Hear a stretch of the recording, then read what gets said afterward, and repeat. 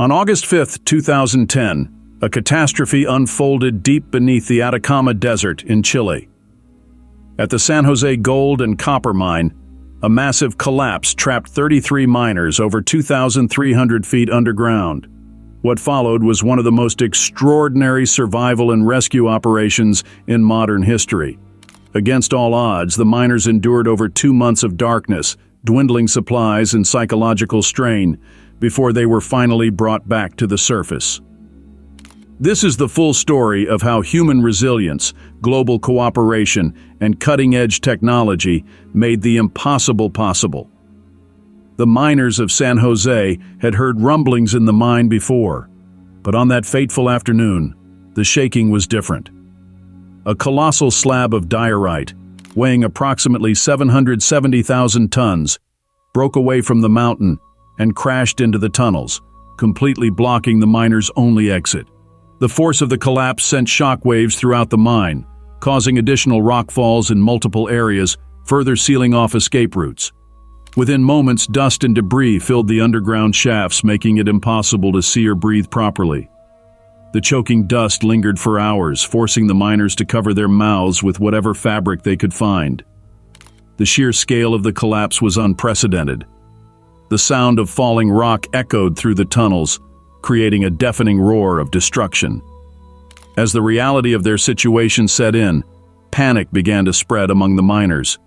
Some shouted for help, hoping against hope that someone above had heard the disaster unfolding. Others instinctively searched for alternate exits, only to find them all blocked. The collapse was so immense that even if the miners had been near the entrance, escape would have been impossible. In that moment, the men realized they were truly trapped, and their fight for survival had just begun. In the immediate aftermath, some of the workers attempted to drive a truck up the spiraling tunnel toward the surface. However, they quickly encountered the massive rockfall that had sealed off their exit. With no way out, they turned back and made their way to a designated emergency shelter known as the refuge. The refuge, located at level 90 of the mine, was a small chamber equipped with emergency supplies. However, what was meant to last a few men for only 2 days now had to sustain 33 individuals indefinitely. Their inventory included 10 bottles of clean water, 24 liters of condensed milk, 8 of them expired, 93 packages of cookies, 18 cans of tuna, 1 can of salmon, 1 can of peaches, and 1 can of peas. Some medicine, much of which was expired. Realizing their supplies were critically low, the miners devised a strict rationing system. Each man would receive only a spoonful of tuna mixed with water per day, accompanied by a cookie or two. They divided the remaining food into carefully measured portions, ensuring that everyone received an equal share. Some men took on the responsibility of monitoring the rations, making sure that supplies were stretched as far as possible. Water was also a concern, but they found an industrial water tank nearby, which, although contaminated with oil, could be consumed in small amounts. The taste was unpleasant, but it was their only source of hydration. They even collected moisture from the cave walls in plastic containers to supplement their water supply. As days turned into weeks, their bodies grew weaker, but their determination remained strong. Their physical survival was secured for the short term, but their mental health would soon become the bigger challenge. To maintain morale, they established a routine, held prayer sessions, and took turns telling stories to keep their minds engaged and hopeful. While the miners struggled below, their families and colleagues anxiously awaited word from the surface. Initially, the mining company hesitated to act, wasting crucial hours before finally alerting the authorities. Uncertainty and miscommunication delayed the immediate response, leaving the families in growing distress. When rescue teams finally arrived, they quickly realized the situation was dire. With no immediate access points, authorities explored various rescue options while assessing the risks of further collapses. The families of the trapped miners, desperate for updates, gathered outside the site, forming what would soon be known as Camp Hope.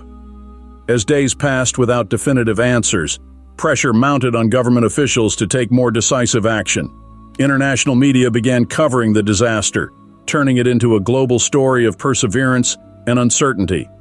The Chilean government, recognizing the need for expert assistance, reached out to international mining and drilling specialists, setting the stage for what would become one of the most complex rescue operations in history. Efforts to access the mine through ventilation shafts failed due to structural instability. The only option left was to drill. Engineers devised a plan to bore narrow probe holes down to areas where they suspected the miners might be. However, the sheer depth and uncertainty of their exact location made it a daunting challenge. Meanwhile, families of the trapped miners refused to leave the site, setting up a makeshift encampment called Camp Hope. Their persistence, along with international media coverage, pressured the Chilean government into launching an unprecedented rescue operation. 17 days after the collapse, one of the drill probes finally hit an open cavern. Rescuers withdrew the drill bit and discovered something incredible: a handwritten note attached to the end, wrapped in rubber tubing. It read, "Estamos bien en el refugio, los 33. We are well in the refuge, the 33rd. The discovery sparked an outpouring of relief and emotion. Families who had spent weeks clinging to hope erupted in cheers, and news of the message spread rapidly across Chile and beyond. The words, simple yet powerful, symbolized an extraordinary tale of endurance and survival. The Chilean president, Sebastián Piñera, displayed the note to the world, solidifying the event as a historic moment of perseverance. International support grew exponentially as governments, mining experts, and even NASA stepped in to provide assistance. The note was more than just a confirmation of life. It was a rallying cry that galvanized an unprecedented rescue effort. The news sent shockwaves around the world. Cheers erupted at Camp Hope, and Chilean President Sebastián Piñera personally addressed the nation. For the first time, the world knew that all 33 miners were alive. Now that contact had been established, the next challenge was keeping the miners alive while a full-scale rescue plan was devised. Engineers widened the borehole, allowing supplies to be sent down in small capsules known as palomas, Spanish for pigeons. These capsules became the miners' lifeline, delivering food, water, medicine, and even letters from their families. The psychological impact of isolation was a major concern, so rescuers also sent down playing cards, small radios, and even music playlists to keep morale high. Doctors meticulously planned the nutritional recovery of the miners. Having survived on starvation rations for over 2 weeks, their digestive systems were fragile. The first shipments included glucose gel, hydration fluids, and protein supplements to gradually reintroduce nourishment. Over time, more substantial food like soups and solid meals were introduced carefully to avoid refeeding syndrome. Communication was another essential element. A fiber optic cable was lowered to establish a video link, allowing the miners to see and speak with their families for the first time since the collapse. This not only boosted morale, but also provided crucial medical and psychological evaluations in real time. The miners, once trapped in darkness and uncertainty, now had a direct connection to the world above, strengthening their resolve to survive.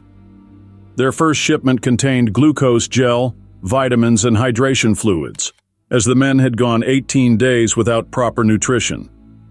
Gradually, real food was introduced.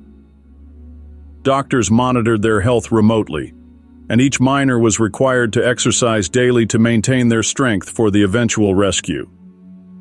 A two-way communication system was also set up, allowing the miners to speak with their families.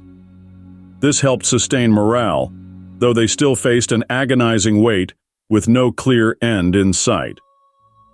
With global support pouring in, Chilean authorities devised a three-pronged strategy, known as Plan A, Plan B, and Plan C, each involving different drilling techniques. Plan A. A mine drilling rig would be used to create a rescue shaft, but progress was slow due to the hardness of the rock. Plan B. A more powerful drill, the Schramm T-130, was deployed to widen an existing borehole. This became the primary hope for the rescue. Plan C.